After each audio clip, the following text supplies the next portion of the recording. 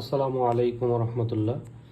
আমি আজকে কোরআন মাজিদের একটি সায়েন্টিফিক ক্যালকুলেশন, কোরআন মাজিদ যে একটি আল্লাহর কিতাব, সেটি বোঝার জন্য আল্লাহ তাআলা অনেক নিদর্শন দিয়েছেন। তার মধ্যে একটা নিদর্শন আমি আপনাদের সামনে আজকে তুলে ধরব। আমি দেখতেছিলাম ডক্টর সাব্বির আলী এটা নিয়ে আলোচনা করতেছিলেন।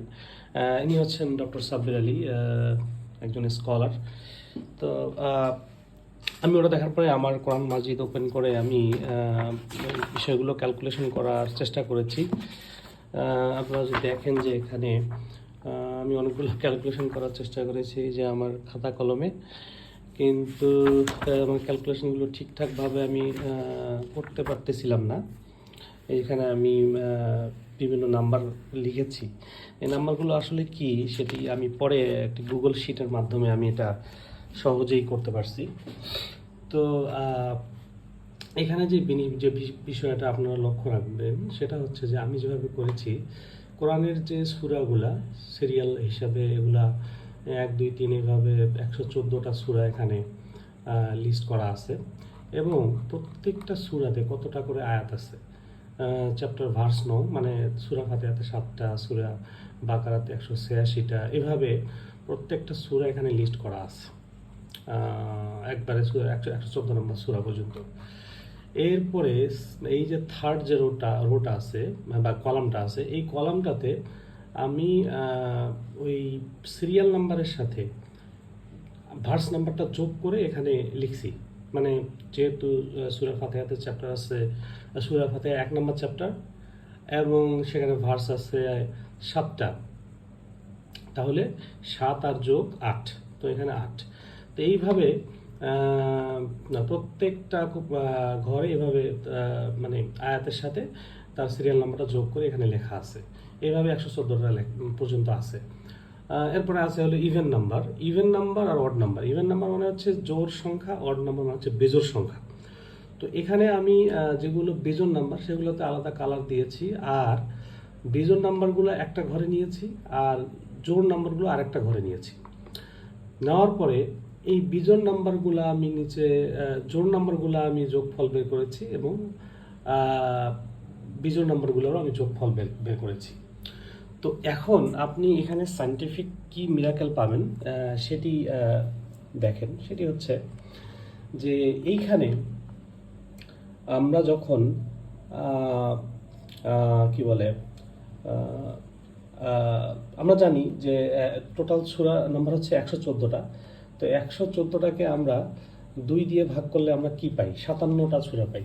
তো আমরা দেখব যে এখানে মানে বেজোড় সূরার সংখ্যা হচ্ছে 57টা এবং জোড় সূরার সংখ্যা হচ্ছে 57টা। সুতরাং এখানে 1 নম্বর যে সায়েন্টিফিক একটা মিরাকেল দেখেন কোরআনের, যে আপনি শুধুমাত্র সূরা নাম্বারের সাথে আয়াত নাম্বার যোগ করলেই আপনি 57টা সূরা পাবেন অড নাম্বার, এবং 57টা সূরা পাবেন ইভেন নাম্বার, মানে 57টা সূরা জোড় সংখ্যা দিয়ে এবং 57টা সূরা বেজোড় সংখ্যা দিয়ে। দ্বিতীয় যে বিষয়টা আমরা পাবো সেটি হচ্ছে, আমরা যে 1 থেকে 14 পর্যন্ত লিস্ট করেছি সেগুলো আমি জাস্ট যোগ করেছি, তাহলে যোগফল দাঁড়াইছে 6555। আর এরপরে যে বিজোড় যে নাম্বারগুলো আছে, আমি যে বিজোড় নাম্বারগুলো যে যোগ করেছি সেই নাম্বারের যোগফলও দাঁড়াইছে 6555। আচ্ছা, এটাই নয়, এটা তৃতীয় যে জিনিসটা সেটা আরো মজার। সেটা দেখেন যে আমরা জানি যে কোরআনে 6236টা আয়াত আছে। আমি জাস্ট আয়াতগুলো এখানে ভার্সগুলো সবগুলো ভার্স এখানে যোগ করে নিয়েছি। আমরা জানি যে কোরআনের টোটাল আয়াতের সংখ্যা হচ্ছে 6236টা। আমরা যে জোড় সংখ্যাগুলো পাইছি, ইভেন নাম্বার যেগুলো আমরা পাইছি, সেগুলো আমি যোগ করেছি। সেগুলো যোগ করে আমি টোটাল পাইছি হচ্ছে 6236। দেখেন এখানে 3টা সায়েন্টিফিক মিরাকেল। 1 নাম্বার হচ্ছে অড নাম্বার, ইভেন নাম্বার তারা উভয়ে সমান সমান। টোটাল চ্যাপ্টার নাম্বারগুলি 1 থেকে 114 পর্যন্ত যোগ করলে হয় 6555। বিজোড় সংখ্যাগুলো যোগ করলে হয়, মানে বিজোড় সংখ্যা আয়াতের সাথে যোগ করলে হয় 6555। পাশাপাশি আপনি যখন জোড় সংখ্যাগুলো মানে জোড় সংখ্যার সূরাগুলোর আয়াতগুলো যদি আপনি যোগ করেন তাহলে আপনি পান ৬,২৩৬। তো এটি অবশ্যই একটি সায়েন্টিফিক মিরাকেল, এবং যারা ইসলামে বিশ্বাস করে তাদের ঈমান অফকোর্স বৃদ্ধি পাবে, এবং যাদের ভিতরে সংশয় আছে, যারা বিভিন্ন ধর্মের লোকজন আছে, তাদেরকে আমি ইনভাইট করব তারা যাতে এই সত্য দিন গ্রহণ করে। কারণ আল্লাহ তাআলা তো আপনাকে সব কিছু খাওয়াই দিবে না, আপনাকে একবারে সব কিছু যদি বুঝাই দেয়, আপনি কি ঈমানের পরীক্ষা কতটুকু হবে তাহলে? তো সায়েন্টিফিক মিরাকেলগুলো আল্লাহ তাআলা এই জন্যই দিয়েছেন যে এটা যে ইউনিক, এটা যে আল্লাহ তাআলার পক্ষ থেকে একটা কিতাব, সেটি বোঝার জন্য আল্লাহ তাআলা এটা করেছেন। আরেকটা বিষয় হচ্ছে যে আমাদের সমাজে, আমরা মুসলিম সমাজে দেখতে পাই যে কোরআন নিয়ে মানুষ অনেক রকমের মিথ্যা কথা বলে। যেমন আমাদের সমাজে একটা কথা প্রচলিত আছে যে কোরআনের ৬,৬৬৬টা আয়াত, এটা অনেকে বলে। কিন্তু দেখেন আসলে আয়াত সংখ্যা কত? আসলে আয়াত সংখ্যা হচ্ছে ৬,২৩৬টা।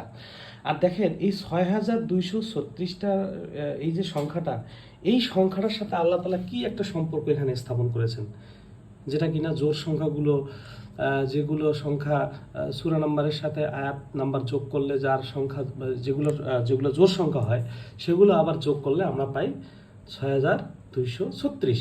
তাহলে যারা আমরা কোরআনের এরকম বিকৃত মানে সংখ্যা আমরা উল্লেখ করেছি, তারা আসলে কত বড় ভুল আমরা করেছি। আমরা দেখি যে আমরা অনেকে লিখি কোরআন শরীফ বলি। আসলে আল্লাহ তাআলাকে কি কোরআন শরীফ বলে কখনো মেনশন করেছেন? অনেক আলেম ওলামা দেখবেন বিভিন্ন ওয়াজ মাহফিলে বিভিন্ন জায়গায় বলে কোরআন শরীফ। আসলে কোরআনের তো একটা নাম আছে, তাই না?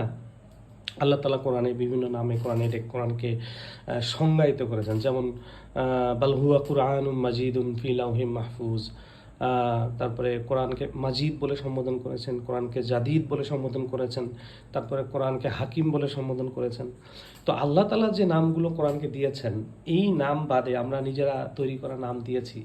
এই যে আল্লাহ তাআলা যে একটা নাম দিলেন, এই নামের মধ্যেও তো এরকম কোনো সায়েন্টিফিক কোনো সম্পর্ক থাকতে পারে বা অন্য কোনো কিছু থাকতে পারে। আমরা নিজেদের বানানো নাম দিয়ে আমরা সেটার ক্ষতি করিনি, যেটা আজকে একটা বিষয় আমরা প্রমাণিত হয়ে গেল যে ৬,৬৬৬টা একটা ভুল কথা, এবং এটা এমন একটা কথা যেটা আসলে আল্লাহ তাআলার কোরআনের সঠিক সংখ্যার বিরোধী, যেটা বললে আল্লাহ তাআলা কি করবেন আল্লাহ তাআলা ভালো জানেন। তো যাই হোক, আমি আপনাদের 3টা সায়েন্টিফিক মিরাকেল দেখাইলাম। আশা করি আপনাদের ভালো লাগবে। আপনারা নিজেরাও স্টাডি করে দেখতে পারেন, নিজেরাও আপনারা ক্যালকুলেশনগুলো করে দেখতে পারেন। সময়টা ভালো কাটবে, কোরআন নিয়ে রিসার্চ করার সময় অবশ্যই সওয়াব পাবেন। পাশাপাশি আপনারা একটা সায়েন্টিফিক প্রুফ করে ফেলতে পারবেন। ধন্যবাদ। আসসালামু আলাইকুম।